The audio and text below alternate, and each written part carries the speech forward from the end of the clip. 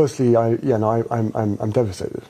Not so much as devastated as with the loss that I am about the people behind the decision, feeling as though this is okay. Is it a win for them? Lately, whispers have turned into a full-blown royal crisis. Reports claim that the UK Parliament and even King Charles III himself are preparing to strip Prince Harry and Meghan Markle of their royal titles. In the blink of an eye, the Duke and Duchess of Sussex could be reduced from His or Her Royal Highness down to plain old Mr. and Mrs. Markle, a move that would disrupt the Commonwealth and the tabloids like never before. In one recent viral BBC News interview clip, Harry even said something that insiders say finally pushed Prince William over the edge. There have been so many disagreements, differences between me and some of my family. This current situation that has been ongoing for 5 years with regard to human life and safety is the sticking point. It is the only thing that's left. All across London and beyond, journalists and royal watchers are scrambling to confirm. Could William really be calling the shots on this? Is Parliament dusting off an archaic law to de-honor a once-cherished prince? And where does King Charles stand amid this brewing constitutional drama? First, let's focus on Prince William. According to some insiders, the Duke of Cambridge is quietly fuming over his younger brother's latest salvos. An explosive story this spring quoted a friend of William, saying the Prince of Wales has been planning this revenge for some time. When Harry publicly joked that King Charles might be near the end of his life, right after a highly sensitive cancer diagnosis, William reportedly saw it as a final straw. The insider source even claimed if William wanted any reconciliation, he'd have done nothing. But the HRHs will go, referring to Harry and Meghan Styles. In other words, William is allegedly determined to make Harry pay, one way or another, and it seems he'll wield every royal tool at his disposal. And it gets juicier than this. Gossip columns say that William has been quietly lobbying MPs and courtiers to back any measures that will strip the Sussexes of perks. Tories like Bob Seeley tell friends they've had midnight phone calls with William's aides, and other MPs hear rumor of a smoke-filled room meeting at Buckingham Palace to coordinate a response. The picture painted by insiders is downright cinematic. Imagine William in his study, anger in his eyes, telling privy councillors, "I'm going to fix this." We can't have him playing both sides. Some speculate he's even building a dossier of Harry's offenses labeled high treason against monarchy. The key line from one source is that William has lost it at all of this. He's been pushing to use any means to neutralize his brother's royal influence. If those accounts are true, William might well be the man pulling the strings behind these title-stripping schemes. One small but telling detail leaked from social media has stoked William's rage.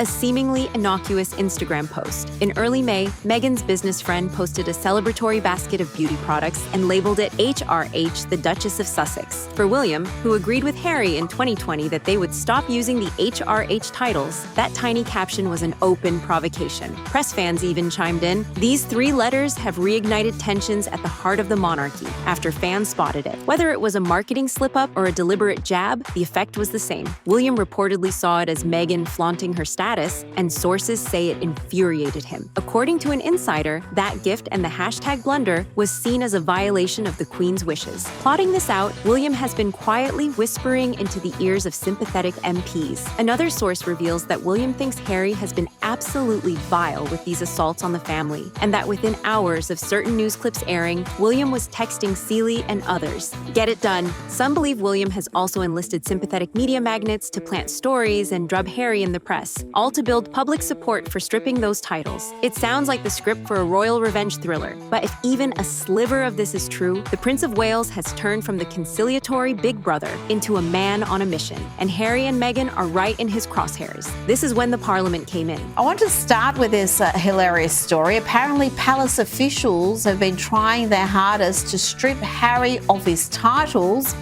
but Charles has been denying them the opportunity. Westminster's corridors are ablaze with talk of a legal nuclear option. Remember the Titles Deprivation Act of 1917? This dusty World War I-era law gave Britain the power to yank titles from royals who betrayed the crown. King George V used it to strip the British throne of any German ties, even changing the family name to Windsor to hide those roots. Now, conspiracists claim someone in Parliament wants to dust off exactly that act, not for war heroes, but for Harry and Meghan. Meghan. This is no small rumor. In late 2023, Conservative MP Bob Seeley explicitly said he planned to introduce a Titles Deprivation Act amendment targeting the Sussexes. In plain language, he said, if someone doesn't want to be royal, they should not keep the titles and privileges if they trash an institution that plays an important part in our nation's life. I think, Julia, it's insidious and creepy, and at very least I'd like an explanation from Coots what they were doing, and if there's grounds for the government to go after them, I think we should. I think their behaviour is absolutely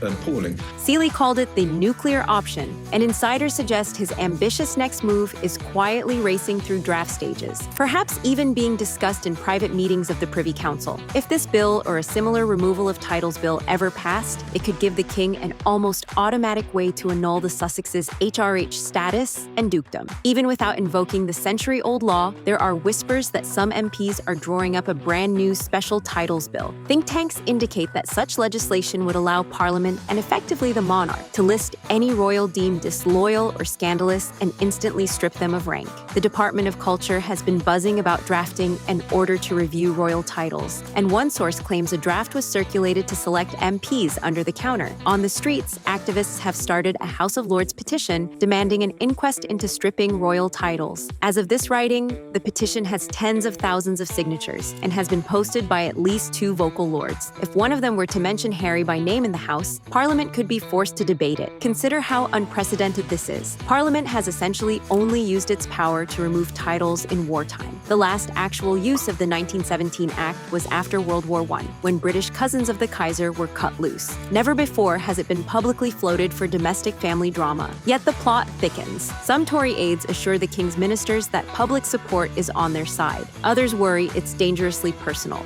Inaccuracies and lies. It was hugely damaging to the royal family. And if you actually believe in the royal family, as I do, and you think Britain's one of Britain's most important.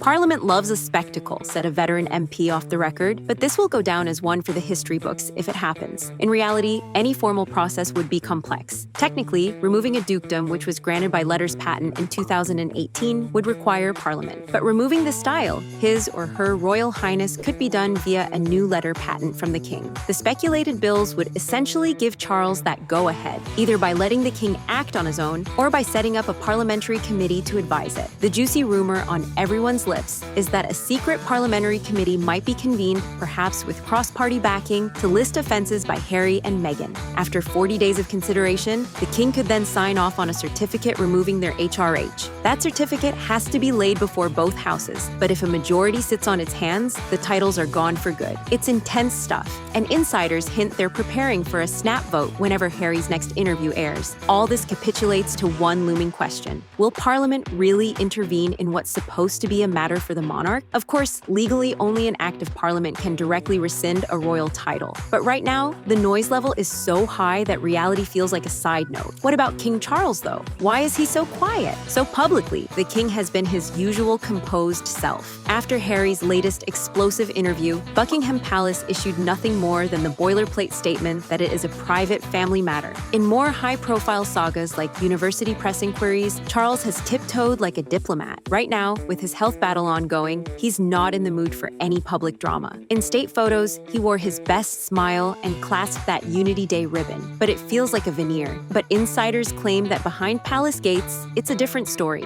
One senior royal watcher confided that the king is livid. Make no mistake, he's deeply hurt by Harry's comments about him, especially dragging his illness into the spotlight. Another commentator even said Charles's trust in Harry is now shattered beyond repair. The king apparently felt horrified when Harry discussed his health on camera. Another aide suggests Charles feels betrayed not just by Harry's slams on the monarchy, but by turning royals into celebrity fodder for profit. Even so, Charles isn't publicly lashing out. Rather, he is playing the long game. High-level whispers say that he has not blocked William's maneuvering. In fact, some intimate sources claim Charles gave an almost conspiratorial green light to William's plan. He's angry, but he's also pragmatic. Why create a deeper rift when William can handle it? He quietly told the team, let Parliament do its work. In short, the king is letting others pull the trigger while he stands ready to sign off officially. Of course, there are other voices claiming that Charles might still hope for peace. Perhaps he finds William's vendetta too extreme, or fears the monarchy will look heartless. palace. Some royal aides insist he's urging caution, reminding William that family unity should come first. But at the end of the day, these are simply Westminster gossip and palace game playing. The only thing for sure is that Charles has so far not publicly intervened to stop these designs, and his silence is speaking volumes. If he truly wants the titles gone, he'd do it without fanfare. But what about all the public backlash? Back on the street level, Britain has truly turned this into a circus. Tabloid headlines blare daily that Prince Harry is now seen as public enemy #1, and Meghan is America's biggest royal grifter. Not to mention, they're all joking about the whole Harry and Meghan situation too.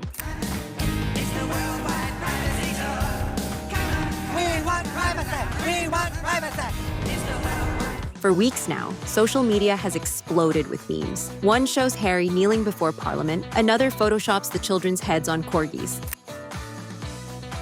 Hashtags like Sussex Strike Force and Strip the Sussex have trended in both the UK and the US. Live streams of members of Parliament actually outraged by title envy have gone viral. Meanwhile, public opinion polls are feeding the fire. A new UK survey suggests up to 6 in 10 Britons now support stripping Harry of his dukedom. Figures like that would dwarf anything we've seen in modern royal polling. Older generations are especially unforgiving. One poll highlighted that Britons over 65 dislike the Sussexes even more than they detest disgraced Prince Andrew. Only 27% of the public view Prince Harry favorably now, compared to over 70% for Prince William. Meghan's popularity is similarly underwater, with merely 1 in 5 Brits liking her. In short, the numbers look dire for the couple. They've become a less than cosmopolitan brand in their motherland. Critics are quick to demand retribution. The British press has fully embraced this drama. One paper ran an editorial praising any move to punish Harry for his insults to the Queen and King. Another joyfully rebranded the title's Deprivation Act as a necessary royal purge. Even traditionally reserved papers published opinion pieces warning that the crown cannot survive endless self-immolation by its own cover boy. In short, nearly all of Britain's tabloids and broadsheets are circling the wagons. On morning talk shows, pundits one after another declare it's done deal, often without actually knowing a vote has taken place. Now, a staggering 2/3 of Brits are calling for Harry and Meghan to be stripped of their HRH titles. Internationally, allies and media moguls are weighing in too. One controversial figure publicly called on Charles to do the right thing and strip Harry and Meghan of their royal ranks. Commentators in the media have been running back-to-back segments detailing every angle. One commentator even said this feud is damaging Charles's reign. American late-night hosts have even started including this in their monologues. One quip went, "Your turn, Queen." On Twitter, hashtags like Royal Bloodbath swirl with Brits gleefully discussing Harry's predicament. Of course, there's no shortage of experts with opinions. Some constitutional lawyers grumble about the legal impossibility of such a move, but royal watchers dismiss them as killing the buzz. Spin doctors, whether paid by Kensington or not, have been tight-lipped. That only fuels rumors. The silence is maddening, moans one royal correspondent. Another Hollywood insider has been canvassed for quotes like, "What took so long?" In short, the mob mentality is in full swing. Public outrage at the Sussexes for betraying their birthright has reached a fever pitch.